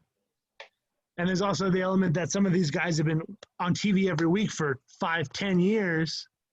And so if two guys feud, then this happens in wrestling all the time. Two guys will feud for years. And they'll hate each other. And they'll fight each other. And belts will be involved. Or livelihood will be involved. Loser loses their job, something like that. Right. And they'll feud and everyone will love it, and then they'll go their separate ways. And they'll grow as characters, and this person will achieve certain goals. This person will lose certain friends, gain certain friends. They'll go into other romantic storylines and then years down the road, one of those guys is going to be sitting in the ring, and then that other guy's music is going to hit, and then it becomes a payoff. Yeah. 10 years of storytelling, and all of a sudden these guys' paths are crossing again, and Yeah. everyone in the audience remembers where they were the first time those guys matched up, and everyone in the audience knows exactly what's going to happen next. Yeah. And in that moment, we're celebrating. That music hitting is such a rush. Like, and dude, there's nothing like it. And being surprised by a wrestler, there's nothing like going to a live show and being surprised by someone who's there. Because the weeks leading up to the show, you know who you're going to see. It's like going to see Bob Dylan and then fucking Chris Christopherson just comes out on stage. It's like holy shit. It's like, this guy's, of course he's here. Of course they're friends, but I'm seeing them both. Hits him with a fucking guitar, knocks old man Dylan on his ass. Crowd goes wild. Yeah, and they're fighting and everyone's screaming. Yeah, absolutely. And there's beer and everything. I fucking love it. Yeah, I can't wait. I mean, I just can't wait till that's back. That's going to be a big celebratory thing too. Is like another thing I miss about seeing shows is just being in a room or in a stadium, if you're lucky, full of like-minded people. Sure. And it's like I can look at. We went to Raw. We saw a fucking sea of humanity, and I have something in common with every single one of these people. And we're all sharing it together. And it's like, that's what's missing, man. That's what I miss the most. Yeah, the camaraderie. The community. Yeah. Being a voice in the community, or doing a show for your friends or with your friends, buying everybody, going to the merch stand after, buying a piece of everyone's stuff because you're excited to be there. You're excited to see it. You want something to remember it by. It's coming back. I don't know if things are ever going to be the exact same. I kind of think, I've been thinking we've all kind of gone through that. We've lost a lot of people. I think when something that seismic loss of life happens, it just becomes a different world. It's just kind of, we just got a huge, a chunk of us just got taken out. And when you think about a 98% mortality rate and you apply that to 7-8 billion people, that's major. And I don't think that's lost on anyone. But I do think there are people out there who are holding on to this idea that things are going to snap back. And they're not. They're going to be, it's forever changed. And, you know, you want to protect people you love from that, because it's just, that's how you're going to get your heart broken by what the world is, because it's just different. Yeah. Yeah, I have a decent amount of trepidation for like the 6 months of us all learning how to behave in public. You know, in like the post-pandemic, where like all the people who have been really missing public life just have all that pent-up energy and are trying to like figure out how to use that energy again. And then everybody who has been, you know, was pretty introverted to begin with and now has just settled into a more secluded routine, have to like get a little better at like interacting again. That's going to be like, because I feel really fortunate because I've been working retail this whole time, which has sucked in some ways, but in other ways it's like, you know, I still get my like social workout. Yeah. And man, it's weird though, because it's like even with that, it's like, you know, to like the couple times that I have like sat down and what like normal behavior is for that, it's like, how do people spend time together? You know, and it's like, and we're just changed, because the thing is that it's not like the aging process or the learning process or the grieving process is slowed down at all for anyone. And it's also like people are going to be entering the world for the first time without loved ones, or, you know, a year away from doing a job that they really enjoyed or they felt they were really good at. it's just gonna be a lot of change, and then it's just easier to get into the mindset for me of starting fresh. You know what I mean? It's a newness. It's a uncharted territory, but that means you have the opportunity to rebuild. Then I don't know. I feel like I'm getting more enclosed for sure. Like I'm getting used to, and this is someone who is an actor. You know what I mean? I do movies and shit. There's a certain attention junkiness to my life, a certain need to be seen and to say something and hear someone else laugh. That's a need that I have, which is not a healthy need to have, but it's part of what I do, and it's like it's very difficult. But in response to that, I'm kind of enclosed, and it's like I feel like I'm going to come out of this I think we're all going to come out of this such weirdos. You know what I mean? Because I'm just sitting in my house and I shoot all my hair off except for the back. I fucking have all these crazy online shopping clothes that I have. I look like a crazy person all the time. And it's like I'm just gonna come out of this thing changed. And at some point I'm gonna be walking around a mall somewhere and I'm gonna look around and say, oh wow, everyone kind of got weird in there. Yeah, I think there's a degree to where the hair looks great, by the way. Yeah. Oh, thanks. I'm thinking about keeping it. You should. Yeah, I think forever. Yeah. Interesting look. It's an interesting look, man. Yeah, I did it and my family was like, whoa. Okay. Like even for me, it seems a little intense. But yeah, we'll see. It's a lot crazier when this is skin. Oh wow. Yeah. This is a couple of gross, but this will be skin. And it ends up being, I look like I'm going really fast somewhere. But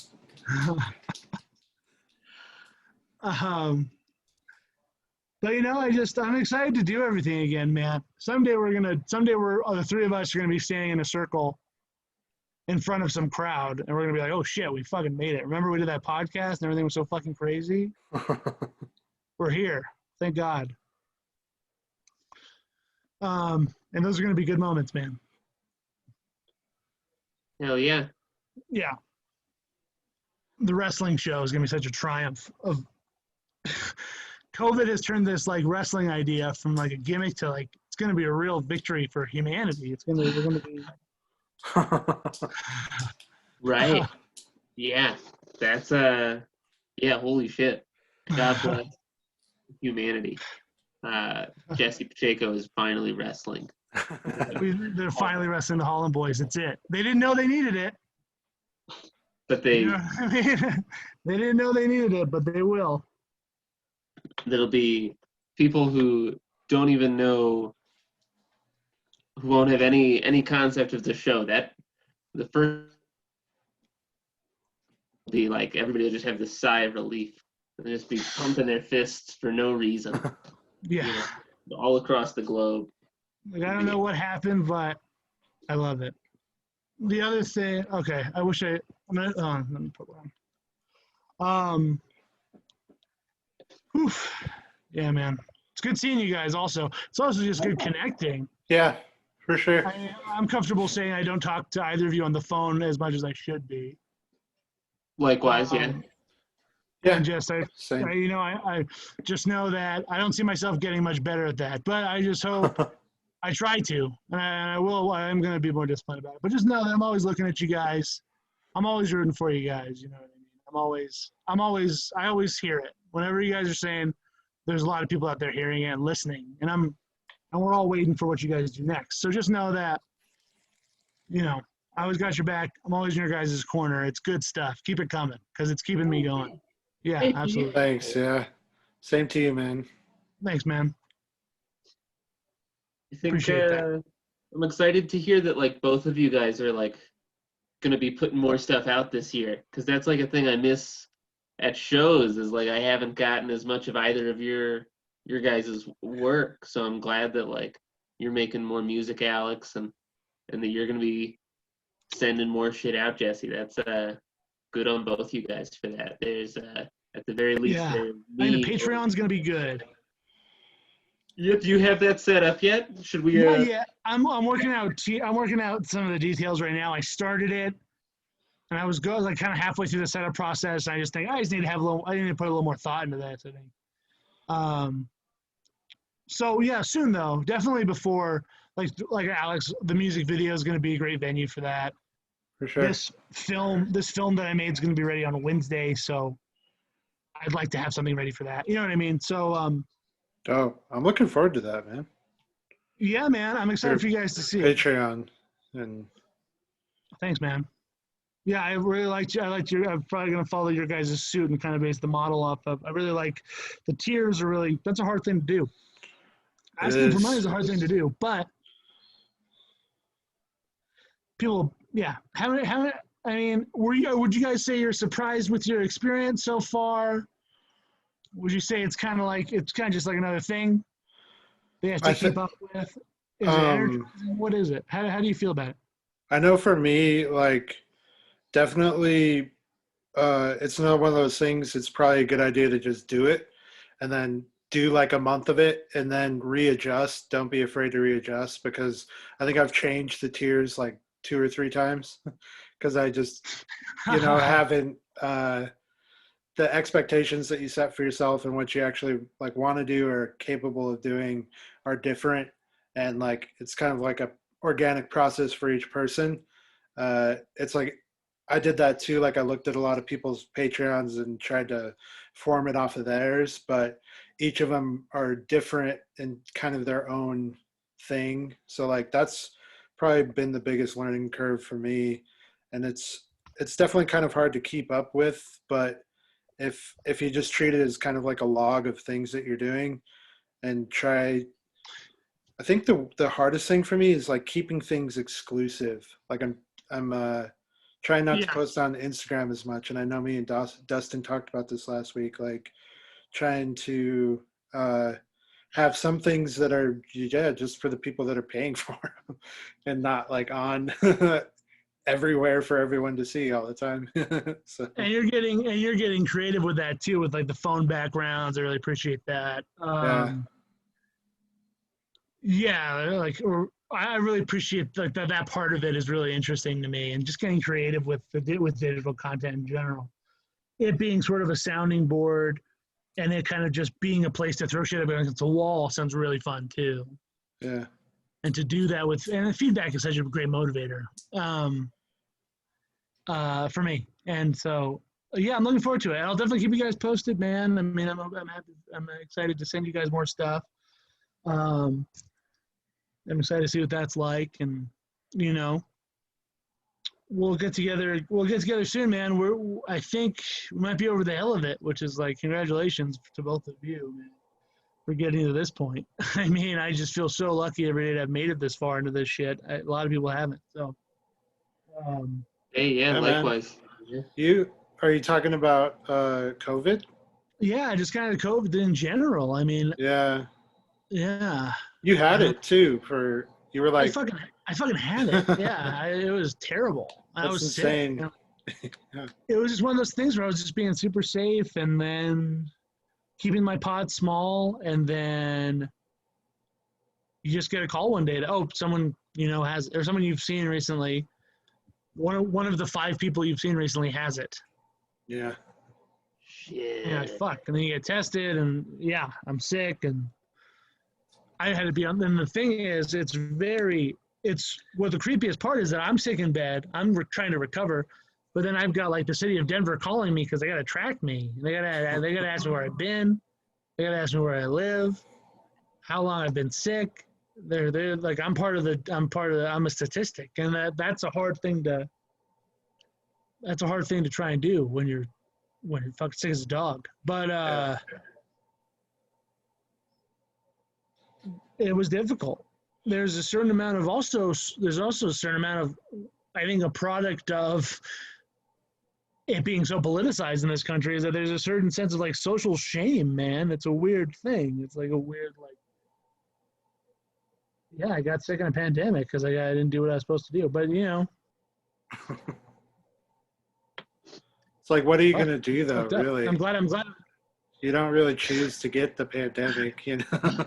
Yeah, I tried to avoid it. I tried my best. You know what I mean? The thing is, well, it was a big moment for me too because I was just in fucking Moab, Utah, like the week before. That's where I got it. Yeah. I was isolating with a crew, but someone in my crew who came to Moab with us had it that whole time, and so it's like, you know, it was a hard thing. It was an embarrassing thing, and it was one of those things where I was like, "Fuck, I really hope I don't die. I really hope my fucking brother, because my brother had it, my mom had it, Yeah. and so So like, it's a near death experience, you know. yeah, it was. It's crazy.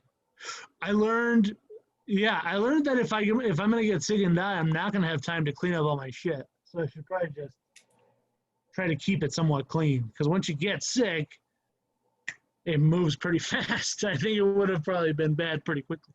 Not a lot of time, not a lot of time to plan. So definitely trying to get stuff together or come up with a contingency plan. I've also been thinking a lot about that since my dad died. Is like I gotta probably try to at least put down on paper where everything's gonna go. In case, like a plan. You know what I mean? If I die, do this 1, 2, 3, 4, 5.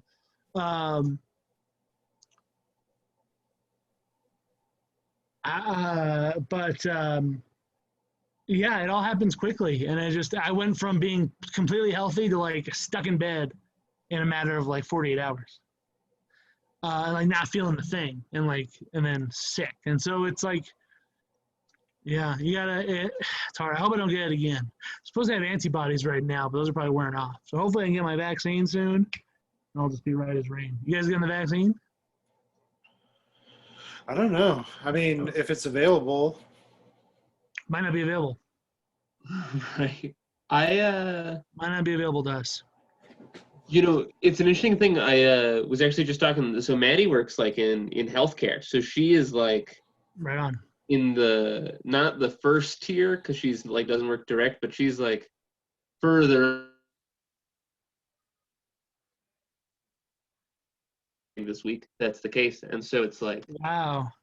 but So you cut out a little. Are you gonna get it? Do you then get it as part of her pod or no? I don't know. I was wondering how that works. Yeah, I have no idea. Um, it's funny too because like there's a there's a thing about like essential workers being like a little bit further up than everybody else, Oh, cool. and bookstores are like can request to be considered essential. So like Ah, across the country, some bookstores in the first shutdown like petitioned their local state governments and were like, hey, we provide education material at a time when like the library and schools just closed. right. And that worked like on a state by state basis. And the store I work at didn't even try that. But it's like part of me is like, now that like I don't want to have to work if there's another stay at home order. I'd like to stay at home.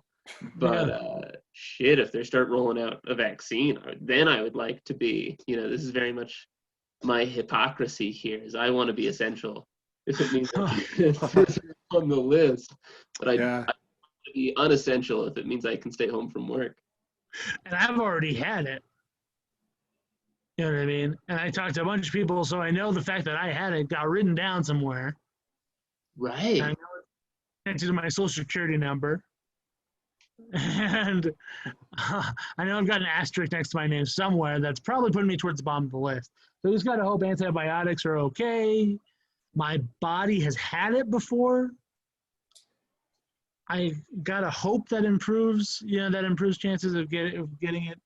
It just depends on the strain, I guess, and the conditions, and who knows, man. It's going to be a long winter either way. But I think, yeah, man, I hope for the best. I'm just, especially guys like us, working class guys, we're not doctors, man. You know what I mean? We're not elderly.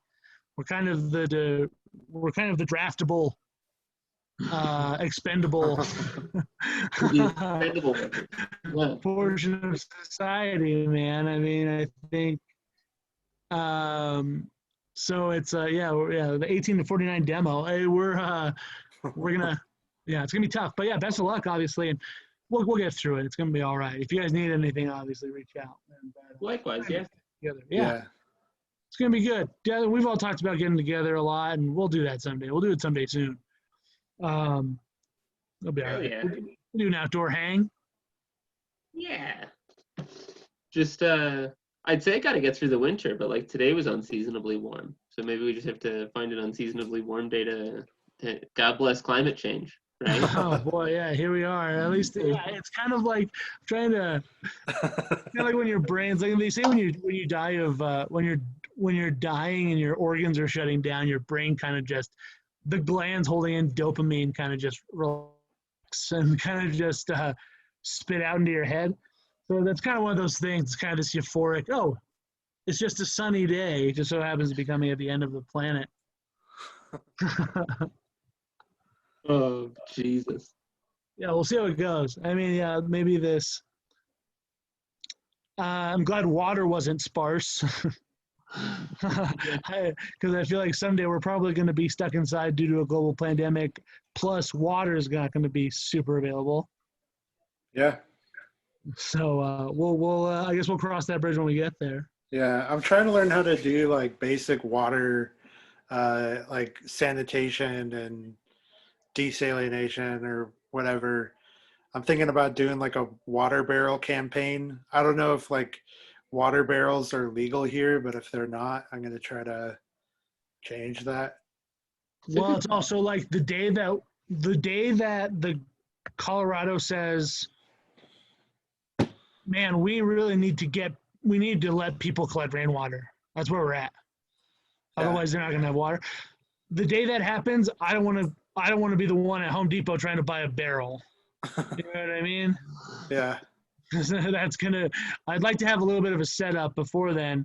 Yeah. That way, maybe I can, maybe I don't have to be as discreet with it anymore. But I definitely don't want to be behind the curve. Same with gardening. Same. I don't want to have to learn gardening at the same time that everyone else has to because the trucks aren't running anymore. I'm going to learn it this year. I'm trying to learn it sooner than that. Yeah. Give myself a little bit of time because I have a feeling I'm not going to be very good at it at first. Nope. Yeah, I don't know, man. I just watched 28 Days Later, and it seems like you can just live on candy bars. I'm like, candy bars and hard liquor seem to be what they do in 28 Days Later, and like Cillian Murphy looks good. He looks good, yeah. That guy is doing ripped. Okay. Yeah, he's built like white Jesus. Yeah, white Irish Jesus just floating around zombie world, and like, yeah, that's fuck gardening, man. I'm gonna get really good at looting. Yeah, man, dude. I agree. Yeah, it's time to start. Yeah, it's time to start. If you're not comfortable with shoplifting shit, it's now's the time. I have this idea for I was talking to my brother about this last night. Making a bunch of advertisements and pasting them up all around Denver, and choosing real products, but creating ads in Adobe Photoshop or something that look real, but the fine print is all like just encouraging people to shoplift things. So it's like a big bottle of Sprite, like a big marketing picture of Sprite, and it says shoplift Sprite. Because I figure, one, I think it'll be funny, and two, if someone sees us, if we put on coveralls and me and my brother, two Mexican guys, are just putting up a bunch of Sprite posters, I don't think anyone would bother us. They'll probably just be like, yeah, Sprite owns that wall. They're allowed to do that.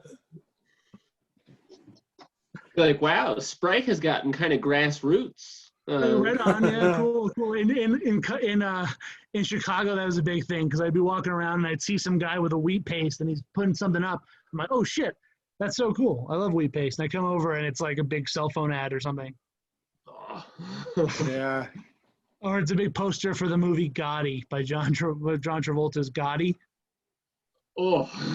That was a big thing, is that they hit like the west side and the south side of Chicago super hard with advertisements for Gotti, and it was like this weird, like they were trying to appeal to certain. I think they were trying to appeal to demographics based on race or based on class income or something. So it felt very targeted. It was very bizarre, very weird movie to do that with. But um, I hate. I think the one thing that's coming out of the pandemic that I'm the most worried about maybe is just all the mom and pop shops that have closed, and all of the big corporations that are fucking thriving right now. Yep. And doing like the best business they've ever done. That's a scary thing, because it's a big shift in power, it's a big shift in money.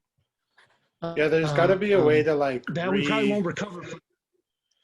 Like public, like make it a public space, like the corporate place is a public space, like kind of like guerrilla actions to like turn Wendy's into a theater, you know what I mean? Like that kind of thing. But you'll probably just get kicked out and have the cops called on you. But at the same time, it's like, I don't know. I think too, and this could be me like just having rose-colored lenses. It's probably me being like far too optimistic. Well, but like, but it's also vaguely cynical. So right after the first shutdown in like, I guess like May, Ingram, which is like the only national wholesaler for independent bookstores left anymore, as of like middle of 2019. Oh wow. They sent out a list. It's like an Excel spreadsheet to their clients, so like the bookstore I work at, of the titles that had been rescheduled for that like were due out sometime in 2020 that had been rescheduled and now had new release dates. So the list didn't include shit that had been canceled, and it didn't include shit that didn't have a release date yet. It was just stuff that already had been pushed back and rescheduled, and it was like 49,000 titles. And that was like from, you know, what everything did to China and the US November 2019 through fucking May of this year, in like one industry of non-perishable product that moves kind of slow anyway, comparatively, and is like not designed in the way that like say the cattle industry is, or like the movie industry. Right. You know, the book industry is like a comparatively slow moving chunk of the economy, and you know it funnels things like Amazon and shit too, but just that like the way in which like the giant corporate publishers just got their asses handed to them, and unfortunately the small mom and pop publishers.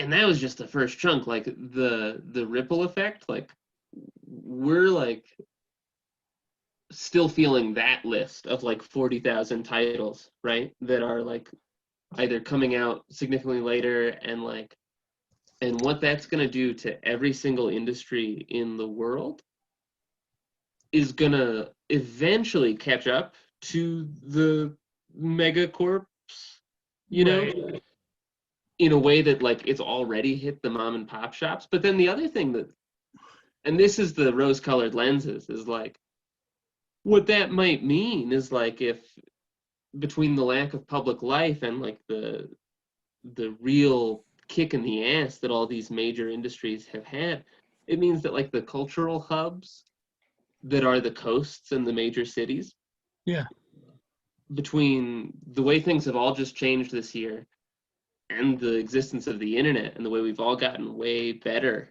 in kind of unsatisfying ways, but still way better at doing commerce and art and culture remote, it's going to make these hubs and these huge cornerstones of the industry that existed because of geography and chance and like having a stranglehold on things.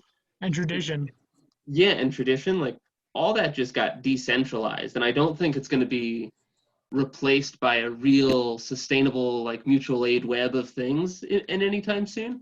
But I do think that it's made like DIY things and things like zine distros and like online shops that do like strictly consignment and shit like that, I think it's given them just like suddenly way more legitimacy, because now the way that they've been doing things and the idea of like small press working, mostly print on demand or mostly like real small runs of things, that's now how everybody's going to have to behave for a second, you know? And so the people who have been doing that, which is mostly the mom and pop shops and like real indie people, they've already got best practices established.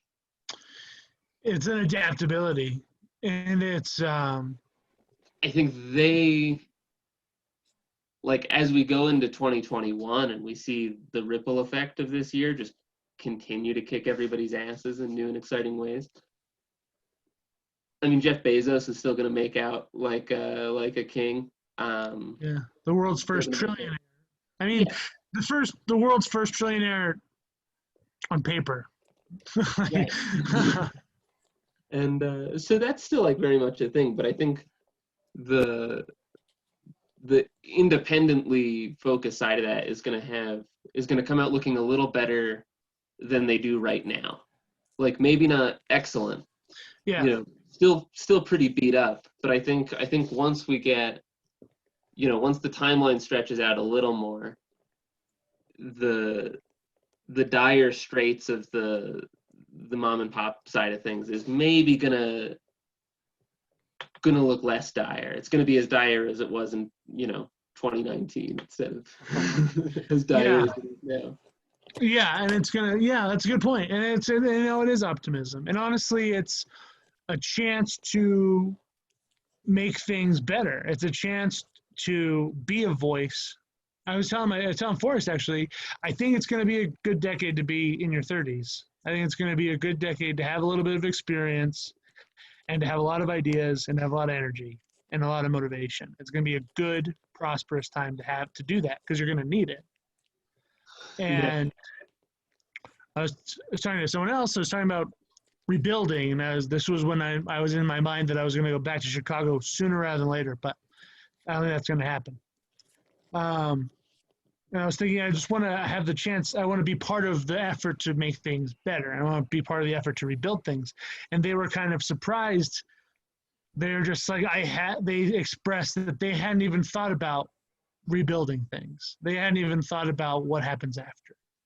And it takes discipline, and it takes optimism. It takes a practice of optimism.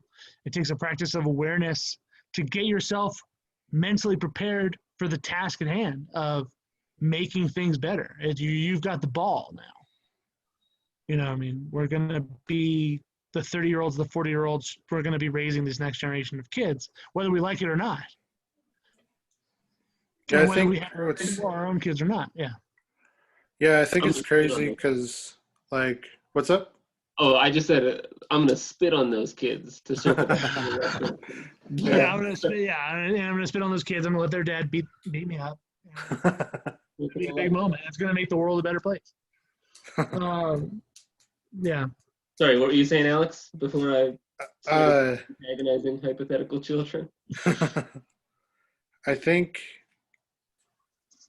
I know, at least for me recently, I've been in definitely kind of like, and it might just be straight up depression, you know, because that's like a symptom of depression is not being able to like think ahead.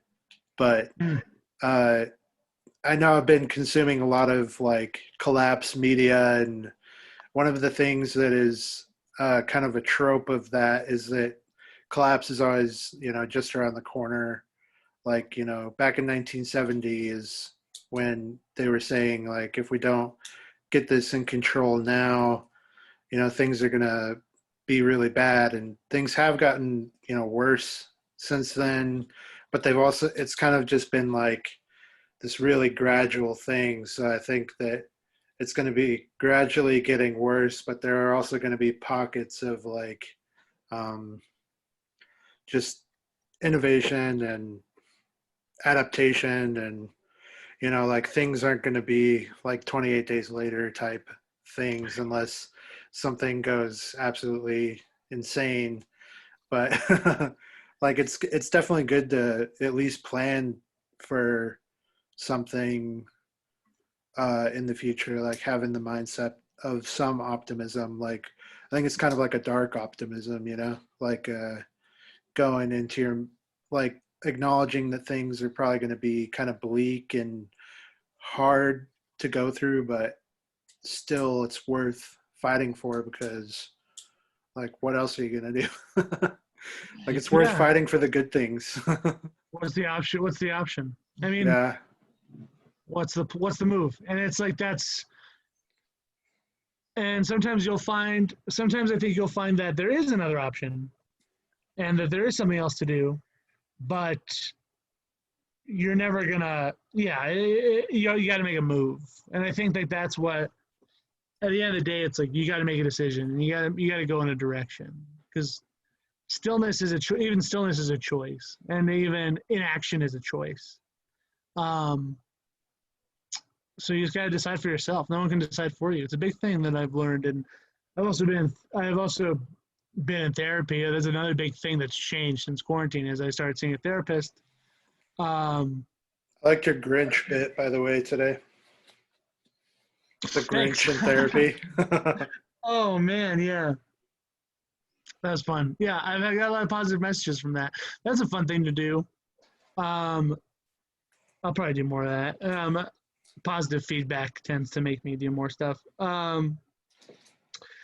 But one thing I've learned again is just that you not wanting to do something, or you not wanting to face what we're all going to have to face, doesn't change the fact that it's there, and it doesn't change the fact that it needs to be overcome. And we're every day you get up and you have to wrestle with feeling, you have to wrestle with your own feelings. For some people it's a lot harder. For people with clinical depression and things like that, that's a lot more difficult, the day-to-day stuff. But it's still something that it's the moment you're in. And I think if you can recognize it as that and try to overcome it, I think it's all there is to do, really. What's the options to give up and the options to die, and a lot of people take that option, and a lot of people do that, and it's another epidemic. Or escape with drugs. It's like you either die or you escape with drugs, and that's the other thing too. That's a whole epidemic. Yeah, looking at the fentanyl numbers of quarantine is terrible. Yeah. Looking at the relapse numbers since quarantine, people who have checked into rehab clinics since quarantine started way up. People who describe themselves as clean or sober before, that's way up. And what do you think about art? As it might be like a little arrogant, or like there's some hubris to it, but like I've got a music book sitting over here that's it's called As Serious As Your Life, and it's about like the underground sort of jazz scene in New York from like the 50s and 60s, and I think maybe it was actually in LA, but it's like there's a lot of musicians that take music as seriously as their own life, and they think that music is like a lot of musicians play music to save lives, even if it's like your own. You know what I mean? Like if you're saving your own life, probably there are going to be people out there that you're like affecting in that same sort of way. And it's like, you shouldn't necessarily do it for that reason, maybe like always being that being your main motivation or whatever, but it's definitely something that like, it is as serious as that. Like, I don't know. To create things for me is to live my life, I guess. And so a lack of that feels like a lack of living. It feels like a deadness or a void without having that outlet. So yeah, I definitely understand that. I think it's important to talk about art in those terms, even if it's in selected spaces. I think it's important for people to understand it through that lens. So I think a lot about, I don't think I fall into the trap anymore of thinking that I have a better understanding of what's going on because of what I do or because of what I make. Mm-hmm. I think I'm just as lost as anyone else, maybe even more so. I just happen to express that, well, because in my art I express the things that I'm certain about.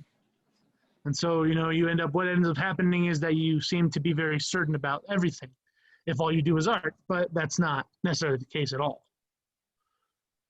I don't know if I could, if you asked me to write a play or make a piece of painting to save someone's life, I don't know what I would do.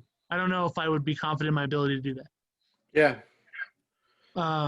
definitely. Like, it's more of like maybe it should just be like for your own life, because thinking of saving your own life is like, I don't know, it's really important. It's like an act of self-care, I guess. I mean, some people would argue that, I mean, I like going that way, but it's just like thought experiments, but Yeah. I mean, I think too, it's like whether you frame it in terms of like saving life or improving life or even like, improving the quality of a day, Yeah. I think there are I mean, so many people in all of our lives and a lot of our mutual friends. I think it's not too much of a reach to say us, like, even like if it's a day-to-day thing, like the days when I like work on something or engage with somebody else's work are better days than the days that I don't. And I think that sometimes there is I think I sometimes get tempted to like make that a more like sometimes I think I overinflate the value of that or try to like downplay it for fear of sounding pretentious. But I think there's sort of a fundamental way in which like art and entertainment are valuable as like constructive, pleasant ways to fill the time, and whether that's because they're simply surface level entertaining or whether it's because they're like illuminating some truth or helping somebody with some catharsis, I don't know. Like I know for me, like music, it just makes me feel good. Like the yeah, vibrations of it is like, it just puts me in a good mood. And it also matches the mood that I'm in too. Like, I know a lot of people think like listening to sad music when you're sad is like, why would you do that? But it like, I think it helps you express the emotions that you're not maybe open to expressing in the moment. So you throw on some like sad music, and it kind of as if it helps you on the way or something. It's a catharsis. I Yeah. listen. I listen. It's a contact high. It's like when you experience something truly genuine, it becomes a mirror. I think that's exactly right, and it becomes a mirror for yourself. I listened to the Steve Goodman song. I'll add to the playlist. It's called "My Old Man," and it's about his dad, and it's about his dead dad. And I find myself crying to that song a lot, and I find myself. I always think I'm always like alone in the car, and it'll come on. It's on this country playlist that I listen to. It's like 100 songs long, so it doesn't come on very often. But once I'll listen to it and I'll sing it and I'll cry, and it's happened like 7 or 8 times. And and I always have that moment of like, if my mom could see me doing this, she'd be like, or my dad, or my dad probably, or my brother could see me doing this. They'd be like, why are you doing this to yourself? You know what I mean? Like, don't do it. Just next it. You know what the song's called. You know what it's about. You know how it makes you feel. But I can't bring myself to do it, and I think it's because it's a guy named Steve Goodman. He was just a genius at what he did, and he was able to simplify it and express it, and he's able to take the grieving process, which is months, sometimes years of anxiety and panic and fear and anger, and he was able to make this 3-minute song that just kind of perfectly encapsulated a moment of it. and there's something about it, and it's a mastery, and it's a skill, and it's something that I'm in awe of. But I know what you mean. It's there's nothing like it. Yeah. You can't get it anywhere else. But it's a good feeling. Yeah, and just chase that feeling, man. Like, just keep doing what makes you feel good, because that's all you have. All you have is the stuff that makes you feel good, and it's just keep doing it. And like, especially if it's something that's productive, I think we're lucky enough to have the tendency to make something. I think that's something that a lot of people are missing. And I think there's people, when people talk about a correlation of art and mental health or mental illness, or art and addiction, or art and violence, when people make those kind of correlations, what you're seeing is you're just seeing a small portion of the addicted population that happens to have the skills and the know-how and the honesty to make art. Yeah. Everyone else has that inside them. Everyone else has a story to tell, and everyone else has things they'd like to communicate, but not everyone knows how. So it's just, you got to consider the sample size, I guess. You know what I mean? And just like, of the population, the population of people who are speaking out loud and making things, the percentage of those people who are addicted to heroin, who die of opioid overdose, that's probably reflective of the general population of people. It's like a lot of people are doing it. It's just that these are the people who are saying something about it. And a lot of people don't say shit. A lot of people just kill themselves. Yeah. They keep it all inside forever, and then they die. And it's like, we're not better equipped to do any of this stuff. We're not better equipped we're not more prone to addiction than anyone else. We're just sharing. Do you know the album A Crow Looked at Me by C.H.I.L.L? No, you'll have to post on the the first song on there is called Real Death, and it's like probably one of the saddest songs that I've ever heard, but it just like I think for me it does the exact same thing that you're talking about with that, what was his name, Steve Goodman. Steve Goodman. It does the same thing. Like, it describes his grieving process just so succinctly and like beautifully, and it's just so sad, and like it makes me cry every time I listen to it. But it's like I love it, you know. Yeah. Oh, no, I totally know. Yeah, definitely post it. I'd love to hear it. I gotta go, guys. Okay. Well, thanks for talking. Yeah, I might have to jump off too. Actually, God, it was a late one. We went a while. Hopefully, you guys. Hey, man, podcast or not, anytime you guys are down to do this, let me know. We'll figure it out. But yeah, thanks for having me. I'm excited to see what goes up. Everything, man. Trust me. Oh shit! It's gonna be the whole thing. There's gonna be 3 minute. All the shit I said. 3 minute, like unedited. It's gonna be completely awkward. It's an epic. We just made an epic podcast. Like, all right, man. Well, on that note, thanks to everyone who listened, I guess. Yeah. Thanks for having me. Of course. Thank you, Jesse. I'm going to dip out. Thanks for everything. Don't be strangers. I'll send you guys some mail.